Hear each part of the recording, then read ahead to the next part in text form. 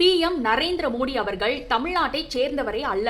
But இருந்தாலும் தமிழ்நாட்டில் உள்ள கங்கை கொண்ட சோழபுரத்திற்கு வருவதற்கான காரணம் என்ன?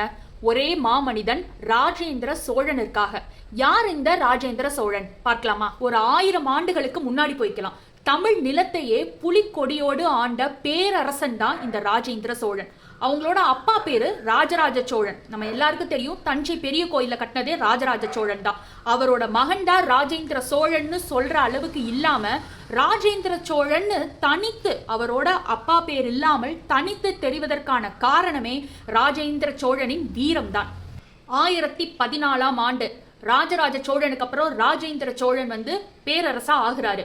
அப்பதான் ஒரு சகாப்தமே தொடங்கியது. அவங்க அப்பாவாச்சு இலங்கையில ஒரு பகுதியை தான் ஆண்டாரு. ஆனால் ராஜேந்திர சோழன் இலங்கையவை தன் காலடியில் கொண்டு வந்தார். இலங்கையோட மட்டும் அவர் நிக்கல. எல்லா பேரரசர்களும் தெற்கோட ஆட்சி புரியும் போது ராஜேந்திர சோழன் மட்டும் முதல் முறையாக வடக்குல இருக்க கங்கை நதியை நோக்கி ஒரு பெரிய படையவே அனுப்பினாரு.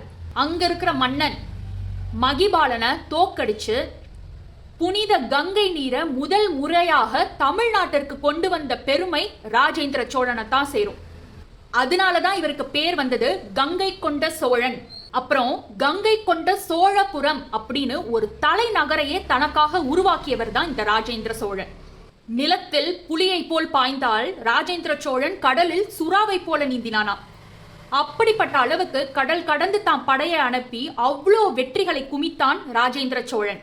இவர் ஆண்ட பகுதிகள்னு பார்த்தோம்னா தற்போதைய இந்தியாவில் தமிழ்நாடு, ஆந்திரா, கேரளா, கர்நாடகா, பங்களாதேஷ், மால்தீவ்ஸ், லக்ஷ்வதீப்னு வெற்றிகளை பயங்கரமா குமிச்சிருக்காரு இந்த ராஜேந்திர சோழன். இவருடைய பிறப்பு ஆடி மாதம் திருவாதிரை நட்சத்திரத்துல பிறந்திருக்காரு. அதுக்காக தான் அதை செலிப்ரேட் பண்ணதான் PM மோடி அரியலூர் மாவட்டத்திற்கு வந்திருக்காங்க. இவ்வளவு வீரம் மிகுந்த ராஜேந்திர சோழன் 1012 இருந்து 1044 ஆண்டு முடியும் பயங்கரமா ஆட்சி புரிஞ்சிருக்காரு. உலகமே அவரை பத்தி பேசவும் ஆரம்பிச்சது, மன்னர்கள் எல்லாம் நடுங்கவும் ஆரம்பிச்சாங்க. 1044ஆம் ஆண்டுல திருவண்ணாமலையில அவரோட உயிர் பிரிந்தது.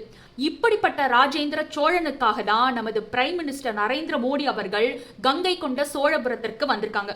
அங்க ராஜேந்திரன் சோழன் கட்டிய மாபெரும் கோயில் பிரகதீஸ்வரர் கோயில். கங்கை கொண்ட சோழபுரம் தான் அப்போது தலைநகரமா இருந்தது, நியூ டெல்லி இல்ல.